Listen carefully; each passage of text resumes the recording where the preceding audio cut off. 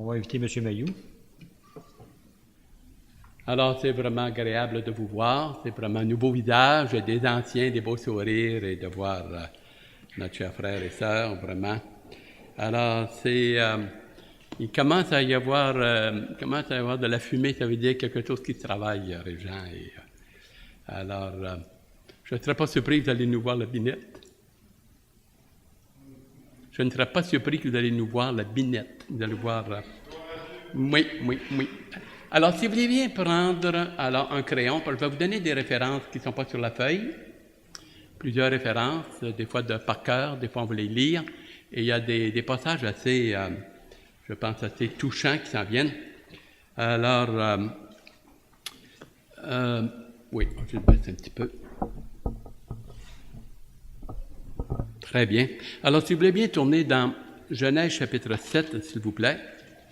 Et pendant que vous tournez, à partir de vers la fin d'août, je pense que je suis sur le programme, on commence avec Abraham et là, on se lance là, vraiment là, dans une étude assez, quand même assez... ça va chauffer. On va se faire chauffer à blanc. Ça va être merveilleux, vous allez voir, on va toucher un paquet de domaines, tout dans cette question de sensualité-là. Merci, Bernard. Merci. Alors, Genèse, chapitre 7, le verset 1. L'Éternel dit à Noé, « Entre dans l'arche, toi et toute ta maison, car je t'ai vu juste devant moi parmi cette génération. » Entre, une invitation. On va baisser la tête, fermer les yeux, si vous voulez bien, et comme un peu Bernard a fait, prendre une minute et demander à Dieu qui nous parle par sa parole, par des versets, par son Esprit Saint, et le désir de changer ce qui a besoin d'être changé qu'il va nous montrer. Alors, un moment de silence dans votre cœur pour que l'Esprit de Dieu puisse nous préparer.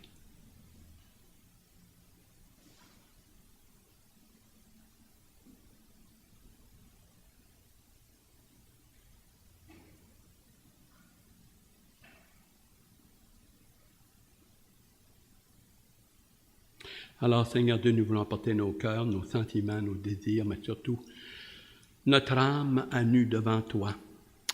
Alors, visite-nous par ton Esprit Saint, par ta lumière, et montre-nous ce qu'il y a à être changé. À cet appel, à cette consécration, à cet avertissement et à cet engagement que tu veux chaque jour, comme enfant de Dieu, marcher dans tes voies. Bénis ceux qui sont à ma gauche, à ma droite, en commençant par moi-même. Visite-nous. Éclaire-nous, secoue-nous s'il le faut, réveille-nous, fais-nous du bien, car lorsque tu nous touches, c'est toujours pour notre bien, notre bonheur, à la lumière de l'éternité. Que toute la gloire, la louange et l'adoration puissent jaillir de nos cœurs, car tu es grand, tu es merveilleux. Et le peuple de Dieu répondit, Amen. Amen. Alors, nous avions regardé, il y a environ 2 semaines, à propos de Genèse 6, et après ça, là, on va, comme je vous dis, on va se prigner, on va s'en aller dans la vie d'Abraham, Sarah, et là, on va vraiment embarquer dans quelque chose. Mais c'est quand même intéressant, ce passage-là. Alors, vous avez sur votre feuille, si vous avez des crayons, plumes, quelque chose, je vous recommanderais, parce que surtout vers la fin, nous avons plusieurs références, je vais citer ou qu'on va regarder ensemble. Ce qui est marquant à propos du déluge et de Noé, c'est son obéissance. Obéissance. Lorsque nous regardons le verset, chapitre 6, verset 22, c'est ce que fit Noé, il exécuta certaines choses que Dieu lui a demandées. Certaines choses. Il est quand même pas pire, le gars, tu sais. Il exerça exactement et tout ce que Dieu lui avait demandé. La même chose dans le chapitre 7, ça revient à 3 reprises, je crois. Noé obéit exactement comme Dieu lui avait montré. Exactement. La foi sans l'obéissance, ça ne vaut pas grand-chose. Le but de la foi, finalement, c'est dans l'action et dans l'obéissance à la parole de Dieu. Noé était un homme obéissant. Il est assez intéressant, lorsqu'on regarde dans ce texte-là, la grâce de Dieu. La grâce de Dieu. Il y a une invitation de dire le déluge, c'est dur, c'est rough, c'est un jugement. Il est dit dans le passage, dans le chapitre 5 et 6, que le verset 3 et 4, que Dieu dit, regarde, il dit, le pensées sont tournées chaque jour vers le mal. C'était une situation, là, tout était en train là, de couler. L'humanité coulait. Alors, Dieu, dans sa sagesse, dit au moins, va en sauver quelques-uns pour pouvoir repartir à neuf avec un petit groupe. Et il a dit que Noé trouva grâce aux yeux de Dieu. Fort possible que les autres ont plus ou moins, en tout cas Sam, Cam et Japheth, ses 3 fils, étaient corrects. Ils entrèrent alors dans l'arche de Noé, une invitation. Quelques détails vite. L'arche de Noé, alors on donne les dimensions, je vais passer outre, mais je lisais des commentaires qui étaient assez intéressants. Il y en a un qui a fait des calculs très savants, là. Moi j'ai trouvé ça vraiment assez savant, merci. Il a calculé que l'arche de Noé avait une capacité de contenir 800 wagons de chemin de fer. 800 wagons de chemin de fer, c'est du stock. Pensez, hein? Il me semble que c'est un peu exagéré. Il y en a qui ont parlé de 14 stades de football, puis toutes sortes d'affaires. C'était gros. C'était une entreprise énorme. On a vu que probablement qu'il s'est fait aider par des centaines et des milliers de personnes, parce qu'il était pas loin de l'Euphrate. On connaît l'endroit. Et on a trouvé l'endroit, je vous le ferai pas ce matin, où se trouvait le Jardin d'Éden à 99,9. 89,9.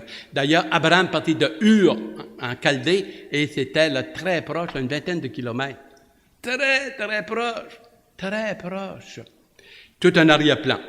Alors, c'était vraiment un projet immense, et Dieu est obligé de recommencer à neuf, avec un homme de foi. L'invitation, la grâce de Dieu invite, le cœur de Dieu est ouvert.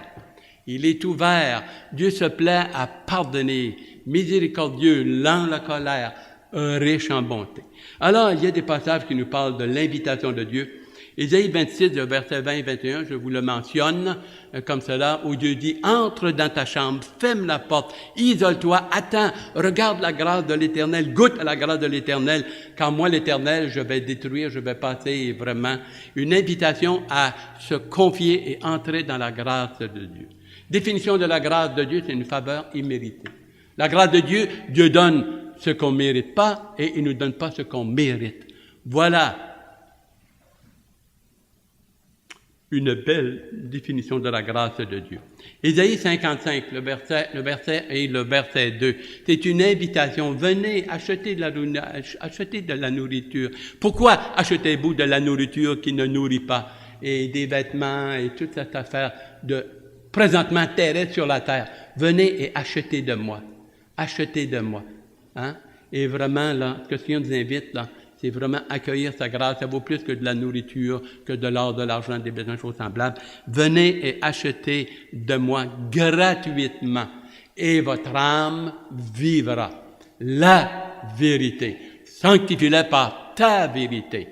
Ta parole est la vérité. Jean 17, 17, pouvait dire le Seigneur. Alors, si vous voulez bien, on va tourner dans Matthieu 7, le verset 13 et 14. Matthieu 7, le verset 13 et 14, c'est un passage que vous connaissez. Une autre invitation de la grâce de Dieu à travers son serviteur, à travers le Fils de Dieu, Jésus-Christ.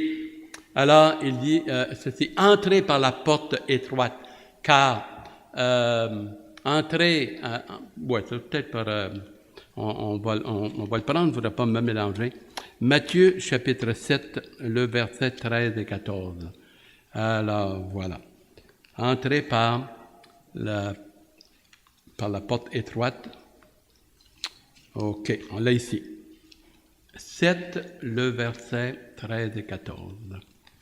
Un passage qu'on connaît tous par cœur normalement. OK. Ici. Entrez par la porte étroite, car large est la porte, spacieux est le chemin qui mène à la perdition, et il y en a beaucoup qui vont par là. Beaucoup. Mais étroite est la porte, resserré est le chemin qui mène à la vie éternelle, et il y en a peu. Heureux et béni si t'es né de nouveau. Si Dieu a fait ce miracle du pardon, tu as ouvert ton cœur, tu as dit, j'ai besoin du pardon et de la grâce de Dieu. J'ai besoin d'être gracié de Dieu. J'ai besoin. Ces gens-là avaient besoin. Ils se sont moqués de lui. Ils se sont moqués. Dans Jean, chapitre 10, le verset 1 et le verset 9, le Seigneur dit, « Je suis le berger. Si quelqu'un essaie d'entrer dans la bergerie autre que par moi, il est un voleur et un brigand. » Ça, c'est les religions et les sectes et les gens de ce temps-là. Le verset 9, il dit, « Je suis le bon berger. Celui qui croit en moi, il sera sauvé. Il entrera. Il sortira et il trouvera du pâturage, l'abondance, la grâce de Dieu dans notre vie, un peu comme témoignait notre frère Régent et chacun de nous. Je témoignais cette semaine un monsieur qui dit, moi je l'ai pas vu. Ben j'ai dit, écoute, on est inondé de l'amour de Dieu, de la création de Dieu, toutes ces choses. C'est quand même fantastique. Et on le voit dans notre cœur et dans notre vie. L'abondance de Dieu. Il entrera, il sortira, ça parle de liberté, et non pas d'esclavage d'une religion, mais vraiment en amour avec un sauveur, et un sauveur qui nous aime jusqu'à donner sa vie. Ensuite, vous avez dans Apocalypse 22, le verset 17, une invitation. Alors, l'Esprit Saint, le Saint-Esprit et l'Église dit à Jésus-Christ, « Viens ». Et que celui qui écoute la parole de Dieu, qui est touché, dit, viens, qu'il vienne, et celui qui a soif vienne, et qu'il vienne aux sources, et qu'il boive de l'eau de la vie gratuitement. Gratuitement. La vie éternelle ne s'achète pas. Le ciel n'est pas à vendre, on n'a pas d'argent pour l'acheter. Il faut que ça soit gratuit. On est des mendiants devant Dieu. Une attitude humble, comme il dit dans Pierre, 1 Pierre 5, 7 par exemple. Dieu résiste aux orgueilleux, mais il fait grâce aux humbles. Alors, Dieu, dans sa sagesse, il va complètement oublier de recommencer à neuf. Mais c'était dans son plan. Il n'est pas surpris. Il avait prédit que la semence de la femme écraserait la tête du serpent. Genèse chapitre 3, le verset 15 et le verset 16. Alors, on revient dans notre passage ici et ce que je vous ai donné. Verset 2, 8 et 9, toujours dans Genèse. Verset 2, 8 et 9. Tu prendras auprès de toi cette couple de tous les animaux purs, mâles et femelles, une paire des animaux qui ne sont pas purs, le mâle et la femelle. Il continue, verset 8 et 9, à une description de faire entrer des animaux, et alors il y en a qui étaient purs et impurs, ceux qui ruminaient, ceux qui avaient le pied fourchu, alors ils étaient considérés comme, je pense, purs. Et puis ça fait faire une distinction. Pourquoi cette question d'animaux, deux sortes d'animaux? C'était en vue de Genèse 8, 20, après que Noé et sa famille sont sortis, ils ont commencé à offrir des sacrifices. Et Dieu faisait une distinction, et à la longue, il y a une certaine doctrine avec cela, où Dieu parle toujours de la pureté. Les agneaux qu'il devait offrir devaient être purs, sans défaut, sans tache. Et le Fils de Dieu, il est appelé comme un agneau immolé, pur et sans tache, dans 1 Pierre chapitre 1, verset 18 et 19. 1 Pierre chapitre 1, le verset 18 et 19. Alors, c'était tranquillement, il commençait là à diffuser là, une certaine doctrine qui allait s'amplifier et s'éclaircir dans ce passage. Ensuite, le verset 4. L'attente, 7 jours. Alors, il fait entrer les animaux, Dieu attire les animaux, et puis par paire, par couple, afin d'offrir des sacrifices, et puis relancer alors cette population d'animaux et d'êtres humains également. Et nous avons vu que dans Genèse 6, alors Dieu dit, la vie de l'homme est arrêtée de par devant moi, et ses jours seront de 120 ans. Alors, certains croient que l'homme ne peut pas vivre plus vieux que 120 ans, ou que c'était 120 ans de grâce, une période encore 120 ans. Dieu est patient. Il ne nous lâche pas dans son amour. Il ne nous lâche pas 120 ans de pouvoir se repentir. Et ils ne se sont pas repentis. Il est dit dans Hébreux 11.7, on le verra dans quelques moments, que ce prédicateur de la justice était accablé d'entendre ce qu'il entendait, de voir ce qu'il voyait. Et tout ce travail, on se moquait de lui. On se moquait de lui. Et alors, la patience de Dieu est assez fantastique. La grandeur de sa patience divine. On le verra dans quelques moments, alors je vais passer parce qu'on a beaucoup de choses qui sont pas sur la feuille. Alors, la Bible dit que Dieu ne retarde pas dans sa patience, vraiment dans son attente, mais nous voulons qu'aucun périsse, voulant que tous viennent à la connaissance de la vérité et se convertissent. Et c'est pour ça que c'est une bonne chose que Dieu est patient, il est patient. On se moque de lui aujourd'hui, on le raille, on balance la parole de Dieu. toutes sortes d'histoires, toutes sortes d'explications. Et alors, finalement, Dieu, dans sa patience, parce qu'il y en a d'autres à être sauvés. Peut-être quelqu'un ici ce matin dans le banc. Peut-être quelqu'un parmi nous qui n'est pas né de nouveau, qui n'a pas été touché par la grâce de Dieu. Dieu n'a pas transformé son cœur, sa position devant Dieu. Une nouvelle créature, une nouvelle création. Choses anciennes sont passées. Lo, behold, voici, toutes choses sont devenues nouvelles, nous dit la bonne parole de Dieu. Alors, Dieu, le Créateur, dit ceci. Il a comme Créateur, il a le droit, il dit, je vais exterminer tout ce qui respire, tout ce qui a des poumons, tout ce qui souffle de vie. Et alors, voyez, c'est un gros et un grand nettoyage. Opération cleaned up. Il va nettoyer vraiment et recommencer avec un homme de Dieu qui va influencer ses garçons, sa femme et ses filles probablement, ou dans ce passage-là.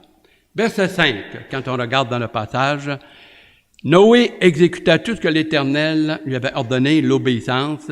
Dans ce passage, nous voyons le verset 7 et le verset 13. Et Noé entra dans l'arche avec ses fils, sa femme et les femmes de ses fils, pour échapper aux eaux du déluge. Le verset 13. Ce même jour entrèrent dans l'arche Noé, Sam, Cam et Japheth, fils de Noé, la femme de Noé et les 3 femmes de ses fils avec eux dans ce passage. Déjà dans le Nouveau Testament, où nous voyons, alors que le Seigneur Jésus-Christ en parle, si on regarde, si vous voulez, on va vous inviter à tourner dans Matthieu 24, le verset 37 à 39, 42 à 44, s'il vous plaît. Alors, on s'en vient dans le Nouveau Testament, Matthieu 24, vous l'avez sur la feuille, Matthieu 24, le verset 37 jusqu'à 39, et puis 42 à 44. Bon, OK. Alors, c'était les avertissements, et puis il parle justement du déluge, et quelle était l'attitude, et qu'est-ce qui se passait avec ces gens-là, et qu'est-ce qui se passe maintenant. Il fait un parallèle, une comparaison et une application. Alors, Matthieu 24, le verset 37 à 39. « Ce qui arriva du temps de Noé arrivera de même à l'avènement du Fils de l'homme. » À l'avènement, son apparition est vraiment là, au jour du jugement. « Car dans les jours qui précédèrent le déluge, les hommes mangeaient, buvaient, se mariaient et mariaient leurs enfants jusqu'au jour où Noé entra dans l'arche. » Autrement dit, ils avaient un témoignage pendant 120 ans devant leurs yeux qu'il y a un jugement qui s'en venait. Ça va être un jugement d'eau. Si tu construis une arche et un bateau, c'est pas parce que tu veux faire du pédalo, hein. Et puis, ils ont négligé ça, ils se moquaient, mon ami, puis ils ont vécu comme si il allait rien se passer. Absolument rien. Le gros kit. Ils ont négligé, ils ont fermé les yeux, ils ont voulu volontairement et délibérément ignorer Dieu, son avertissement, son appel, son amour. Rien à y faire. Comme aujourd'hui, d'ailleurs. Comme aujourd'hui. Alors, de 2 hommes qui seront dans un champ, l'un sera pris et l'autre laissé. Le verset 38, 39. Et ils se doutèrent de rien, jusqu'à ce que le déluge vienne et les emporte tous. Il en sera de même à l'avènement du Fils de l'homme.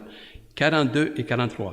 Veillez donc, puisque vous ne savez par quel jour votre Seigneur viendra. Sachez-le bien.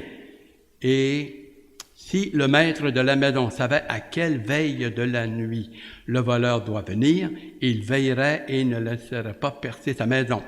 C'est pourquoi vous aussi tenez-vous prêts, car le Fils de l'homme viendra à l'heure où vous n'y attendez point.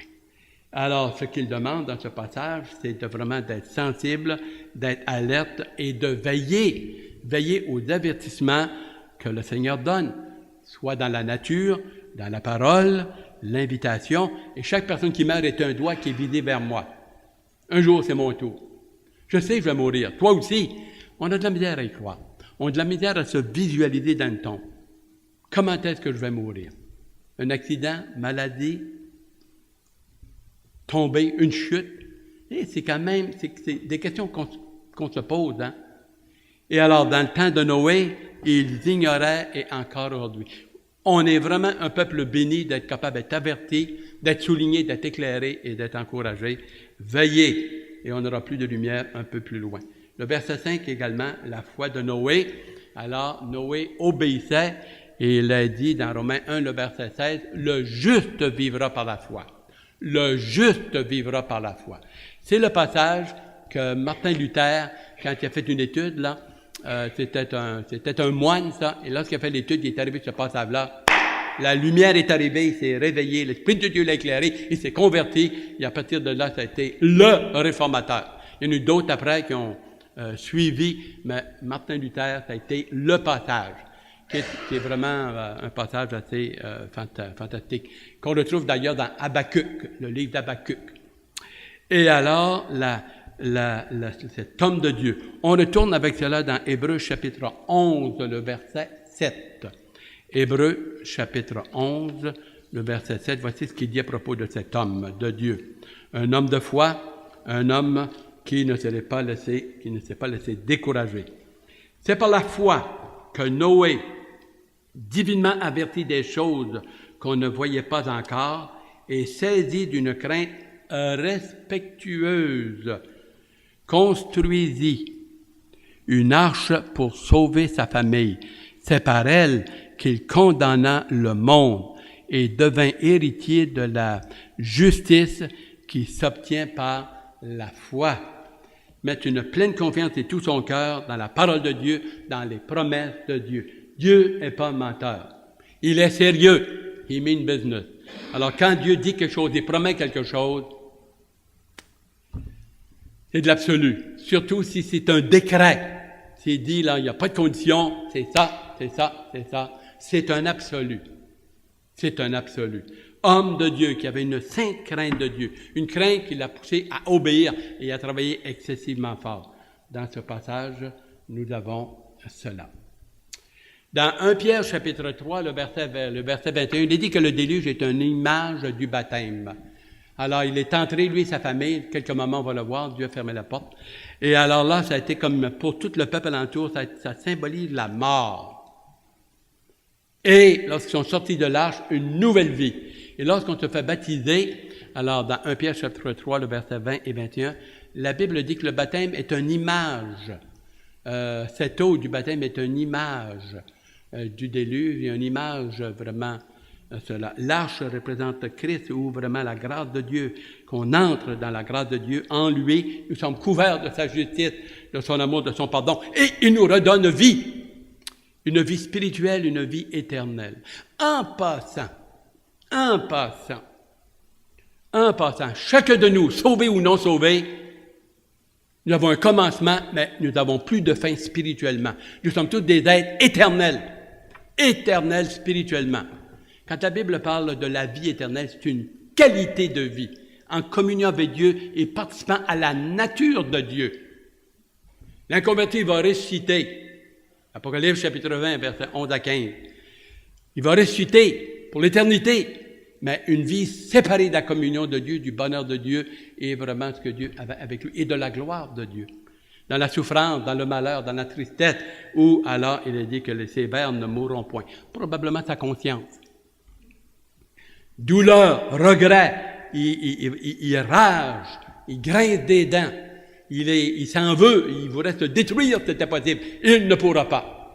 Un corps spécial. Alors, dans ce passage, nous voyons ici, alors que le baptême est une image, alors ce que la doctrine que cela veut dire, comme Noé est entré dans l'arche avec sa famille, et alors dans la grâce de Dieu, et ceux à l'extérieur qui ont refusé, sont moqués, terminé. Dans quelques moments, nous allons voir, j'ai appelé ça la ligne rouge. La ligne rouge. Hey, il y a des versets qui s'en viennent, là.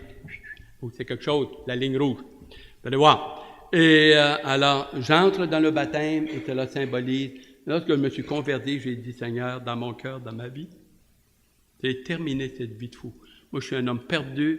Je m'amuse avec la pécadille, avec des affaires. C'est vide, c'est un monde vide. Je cours après le bonheur, mon ami.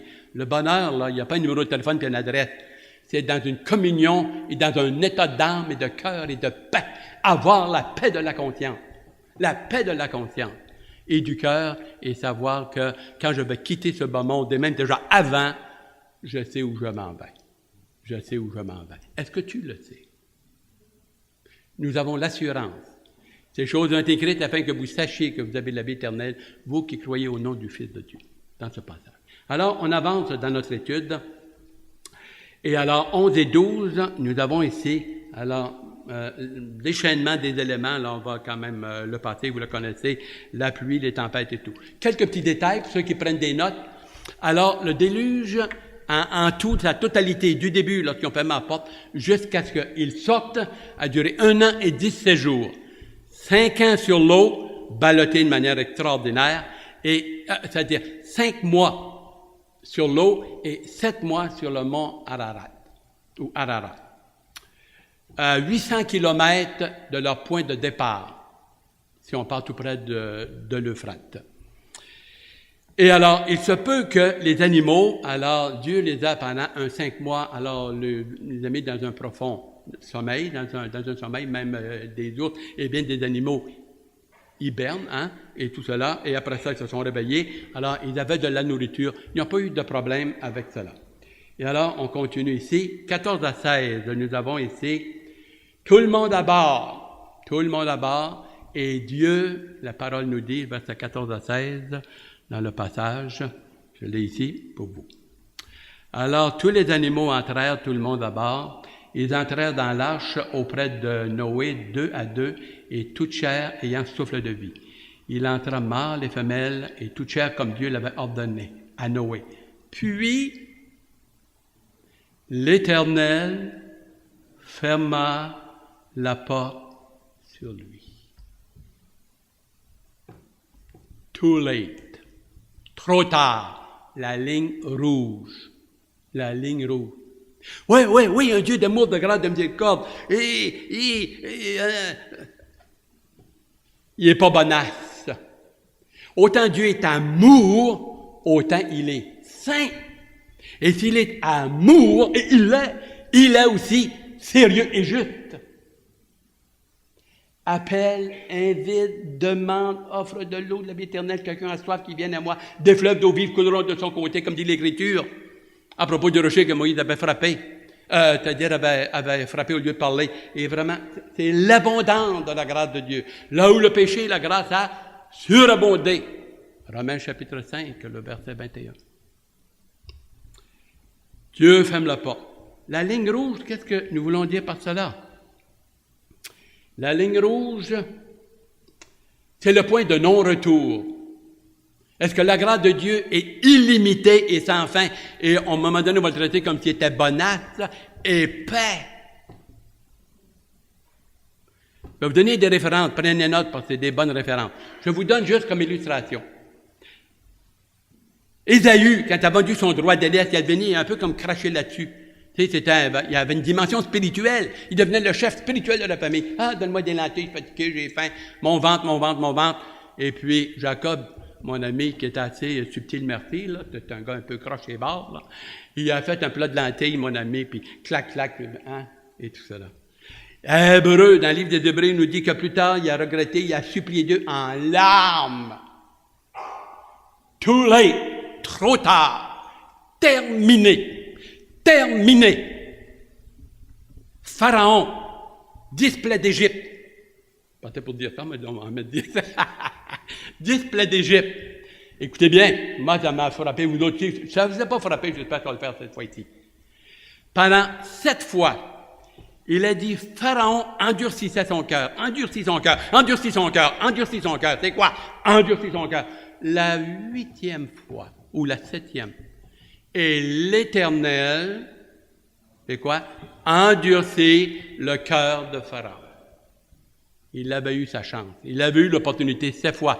Il a méprisé, souillé. Quand ça devient là un sacrilège là, de la sainteté de Dieu, à un moment donné, Dieu tire la plug. Trop, c'est trop. Trop, c'est trop. Hébreux chapitre 6, verset 4 à 6. est un passage où nous voyons alors ceux qui font une certaine profession de foi, et tout ça, et qui retournent à leur ancienne vie, et qui méprisent le travail du Saint-Esprit. Ils ont goûté un peu au Saint-Esprit. Ils ont vu des miracles, ils ont vu des gens, des vies transformées. Ah oui, on fait comme la gang. Hein. À un moment donné, là, non. Ma petite vie péchée, mon petit moi et tout cela, ils virent d'abord. La Bible dit, ils ont tourné le dos à Dieu et ils l'ont comme crucifié une deuxième fois pour eux. Terminé. Trop tard. Traverser la ligne rouge. Traverser la ligne rouge. 2 Pierre, là, je vous invite à tourner.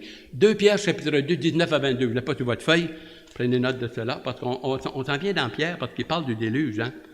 Alors, 2 Pierre, chapitre 2, 19 à 22. Ouf! C'est que 2 Pierre, c'était l'apostasie, c'était les faux docteurs, fausses doctrines. 2 Pierre, chapitre 2. Écoutez bien ça. L'immense danger qui menaçait l'intérieur de l'Église, à l'intérieur de l'Église qui se développait par des faux prophètes. Il a dit, les faux docteurs, ils leur promettent la liberté quand ils sont eux-mêmes esclaves de la corruption, car chacun est esclave de ce qui a trompé de lui. En effet, si après s'être retiré des souillures du monde par la connaissance du Seigneur et Sauveur Jésus-Christ, ils s'y engagent de nouveau et sont vaincus, leur dernière condition est pire que la première, car mieux valait pour eux n'avoir pas connu la voie de la justice que de l'avoir connue et de se détourner du Saint Commandement qui leur avait été donné. 22. Il est arrivé ce que dit un proverbe vrai. Le chien est retourné à ce qu'il avait vomi et la truie lavée s'est vautrée dans le bourbier. Aïe, aïe, ça cogne. Traverser la ligne rouge. Finalement, il dit que ça aurait été mieux qu'il n'ait pas connu l'Évangile. Faux docteurs alors les faux docteurs, dans quelques moments, on va le voir, qu'est-ce qu'ils enseignaient et qu'est-ce qu'ils ne croyaient pas. Ça, c'est assez fantastique. Mais, j'ai une dernière référence ici. Écoutez cela, c'est dans Apocalypse 22, le verset 11. Apocalypse 22, le verset 11. C'est à la toute fin. Ça, c'est une exhortation hallucinante. Hallucinante. Que celui qui est injuste soit encore injuste. Ben voyons, toi. Que celui qui est souillé se souille encore. Hein? Drôle de langage. Vous ne trouvez pas ça un peu... Vous ne trouvez pas? On continue, c'est pas terminé. Et que le juste pratique encore la justice et que celui qui est saint se sanctifie encore. Qu'est-ce que cela veut bien dire? Je vais vous lire dans un langage peut-être qu'on peut comprendre un peu plus. Toujours dans le verset 22. Voici ce que ça dit. Le verset 12. Ne tiens pas secret les paroles prophétiques de ce livre, car le temps de leur accomplissement est proche. Toujours dans le verset 11. Que celui qui commet le mal continue à mal agir. Que celui qui est impur continue à s'adonner à l'impureté. Mais que celui qui est juste continue à faire ce qui est juste. Et que celui qui vit pour Dieu continue à vivre pour Dieu. Il arrive un temps, mon ami, que la grâce de Dieu se retire, puis tu feras ce que tu voudras. T'es fait. Et il y a je vais t'attendre alentour du coin. Je vais être dans le détour. Dans le détour. Il y en a qui viennent avec une nature pécheresse puis qui se vautrent tellement dans le péché qu'ils deviennent fermés. Et là, la porte de leur cœur est fermée. Dieu frappait leur cœur. Il frappait. Un Dieu d'amour, de grâce, de pardon. Ses mains ont été percées. Refuse. Tu veux alors tout ça? Continue. Ma grâce a plus d'effet sur toi. C'est ça qu'il est en train de dire. Ma grâce a plus d'effet sur toi. Et ceux que la grâce a touché et qui vivent par amour pour Dieu, continuez, boy. Vous êtes dans la bonne voie. Lâchez pas.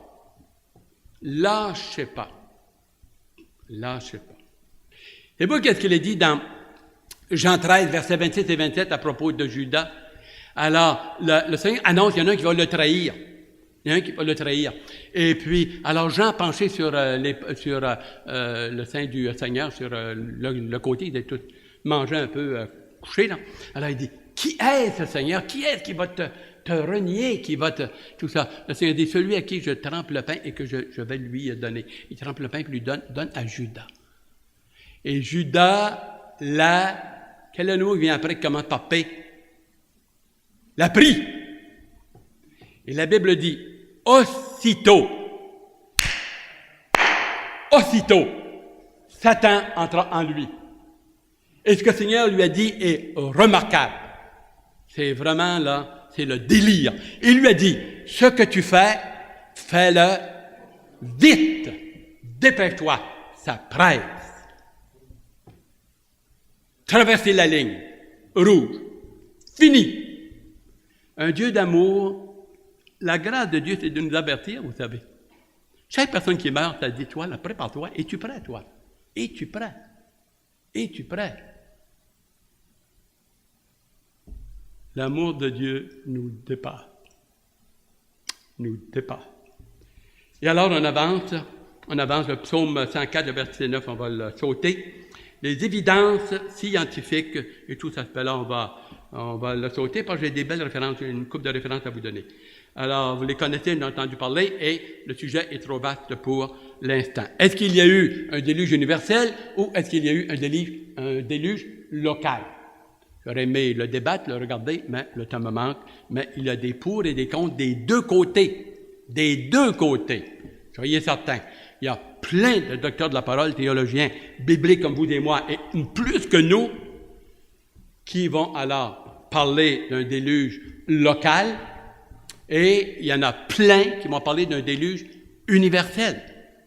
Alors, chapitre 3, le verset 5 jusqu'au verset 11, et je vais surtout mettre toujours dans 2 Pierre, chapitre 3, le verset 5, 11, et ensuite on termine. Alors, voici ce qu'il a dit. Ils veulent, et là, c'est ceux qui vraiment, là, les faux prophètes, les faux docteurs qu'on a vus au chapitre 2, verset 19 à 22, c'est les mêmes parce qu'ils continuent, hein. Et puis, regardez comme à tête qu'ils sont malhonnêtes, regardez comme à tête qu'ils sont fourbes, ils sont stubborn, ils ont la tête dure, ils ne veulent pas, et regardez, ils refusent. Ils veulent ignorer en effet que des cieux existèrent autrefois par la parole de Dieu, ainsi qu'une terre tirée de l'eau et formée au moyen de l'eau, et que par ces choses, le monde alors périt, submergé par l'eau. Le monde alors, c'est le monde vivant. Pas le globe lui-même, on est encore sur la terre. Le monde alors, cosmos est le mot. Alors, on continue. De l'eau, formée de l'eau. Et que par ces choses, le monde alors périt, submergé par l'eau. Mais par la même parole, remarquez par la même parole, les cieux et la terre seront les cieux et la terre d'à présent sont gardés et réservés. Gardés et réservés pour le feu. Gardés et réservés par Dieu. Promesse de sa parole. C'est suffisant, c'est un absolu. Gardés et réservés, hein, dans ce passage, pour le feu, pour le jour du jugement, et de la ruine des hommes impies. Mais il est une chose, bien-aimés, que vous devez savoir, en autant que Dieu est concerné, que devant le Seigneur, un jour est comme 1000 ans, et 1000 ans sont comme un jour. Le Seigneur ne tarde pas dans l'accomplissement de la promesse, comme quelques-uns croient, mais il use de patience envers vous, ne voulant pas qu'aucun périsse. Même ce matin, c'était le cas. Aucun périsse. Dieu voudrait prendre sur son cœur, chacun de tous les êtres humains sur son cœur, leur pardonner s'ils demandent pardon et les appeler ses enfants. Mais il nous laisse libres et responsables. On est responsable parce qu'il nous laisse libres dans le choix. Mais on peut se boucher les yeux, le cœur et les oreilles. C'est ce qu'ils ont fait. Mais l'amour de Dieu est toujours là. C'est un désir, c'est pas un décret. Ensuite, le jour du Seigneur viendra comme un voleur. En ce jour, les cieux passeront avec fracas. Les éléments embrasés se dissoudront. Alors, les éléments célestes, il va y avoir soit des comètes, des planètes, quelque chose vont se frapper ensemble, il va y avoir des explosions, des choses qui vont fondre, nous dit la parole. Fondre. Se dissoudront. Et la terre, avec les œuvres qu'elle renferme, sera consumé. Puisque tout cela est en voie de dissolution, combien votre conduite et votre piété doivent être saintes. Et on terminera ici avec le côté l'appel à la sainteté. Faire ce que Dieu nous demande avec sa force, son Esprit Saint. Attendez et hâtez l'avènement du jour de Dieu, jour à cause duquel les cieux enflammés se dissoudront et les éléments embrasés se fondront. Mais nous attendons, selon sa promesse, de nouveaux cieux et une nouvelle terre où la justice habitera. Très brièvement, quelle est l'explication qui est donnée? Alors, j'ai regardé dans beaucoup de théologiens, et de docteurs de la parole et d'exégètes et tout cet aspect-là. Et ici, alors, nouveaux cieux et nouvelle terre. Alors, ne sera pas cette terre ici, mais une nouvelle terre que Dieu va créer après avoir éliminé celle qui est ici. Le Seigneur va revenir, on est co-héritier avec Christ, on va régner sur cette terre ici pendant le millénium, pour ceux qui ont cette dimension eschatologique. Et après cela, alors Dieu va juger les impies, commençant avec la guerre d'Armageddon. Apocalypse chapitre 20, versets 11 à 15, résurrection des morts, toutes les perdus ressuscités. Dieu a deux sets de livres, le livre alors des œuvres, le livre de la vie éternelle, le nom n'est pas là. Alors, il est dans le livre des œuvres, ils sont condamnés. Et après cela, qu'est-ce qui arrive après le millénium? Nous entrons dans le début de l'éternité de l'Apocalypse chapitre 21, et je vis de nouveaux cieux, une nouvelle terre. Pas depuis celle-ci, pouf, disparu. Fondu, nettoyé. Aucune trace de la présence de Satan, des conséquences de Satan ou dans la nature humaine. Dieu a fait un nettoyage mur à mur dans le temps, le cosmos, l'éternité, et je vis de nouveaux cieux, une nouvelle terre, la nouvelle Jérusalem, l'Église descend avec lui. Et on commence de paix. Ça va être un règne, et il va venir une nouvelle terre, et le ciel va devenir avec nous, et avec lui, et ensemble. Attends, en attendant et en activant le retour du Seigneur et le jugement. Comment? Par une vie consacrée, engagée, bibliquement. Il y a tellement de chrétiens, il y en a plus à l'extérieur qu'à l'intérieur, des assemblées de Dieu qui ont fait profession de foi, 2 ans, 5 ans, 10 ans. « OK, Seigneur, je t'enverrai plus tard quand je vais mourir. Je suis sauvé, tout est bien beau, tout est merveilleux. » On sait que ce n'est pas un message de crainte et de peur, mais un message d'amour. Et la Bible dit, par la qualité, la différence entre un monde perdu dans les ténèbres et maintenant vous êtes dans la lumière, ça peut les toucher. Et lorsqu'on conduit des âmes au Seigneur, il est dit dans Romains 9, et chapitre 9 et chapitre 10, que Dieu a un nombre déterminé de sauver. Après ça, on entre dans une nouvelle phase. Et alors, lorsqu'on conduit des âmes au Seigneur, on active, on accélère, si on peut dire, l'avènement du Seigneur. Alors, on va prendre un moment dans la prière, on se courber devant le trône de la grâce. Bien-aimé Sauveur, c'est un passage finalement. Tu avertis, tu appelles, et tu avertis les enfants de Dieu de faire attention aux faux docteurs qui ne croient pas à l'enlèvement, qui ne croient pas au retour du Seigneur, qui ne croient pas au jugement dernier, à la sévérité de Dieu, à la sainteté de Dieu. Pense que Dieu est pas il doit faire switch qui... c'est vraiment des faux docteurs à l'intérieur du christianisme. C'est triste. Ennemi à l'extérieur, ennemi à l'intérieur. Mais pour nous, pour ceux et celles qui sont nés de nouveau, graciés dans ta grâce et dans ton amour, tu nous demandes et tu nous dis, vivez une vie pieuse, bibliquement, honorez Dieu par vos prières, amour, vos présences, vos réunions, vos offrandes, consécration, afin que cela soit un témoignage pour qu'il y en ait le plus possible qui s'ouvre les yeux, le cœur, que Dieu le fasse, et qu'un jour qu'il soit sauvé. Que l'Éternel nous visite, que l'Esprit Saint descende sur nous, qu'il fasse son œuvre de grâce et de bonheur.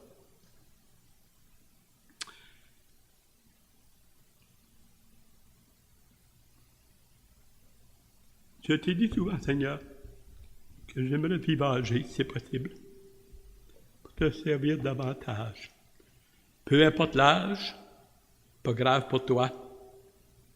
J'aimerais te servir. Je veux le faire, je le désire, jusqu'à mon dernier souffle. faire attention à ma marche, à ma vie chrétienne, à mon cœur, ma communion avec toi, avec un cœur qui obéit. J'espère que votre engagement encore beaucoup plus avancé, poussé et haut et plus près du cœur de Dieu que le mien. Ce serait le désir. Ce serait le désir. As-tu pris une décision? As-tu fait des choix? Dieu t'appelle. Dieu t'appelle. Et l'Assemblée de Dieu, le peuple de Dieu répondit, Amen. Qu'il en soit ainsi. Amen.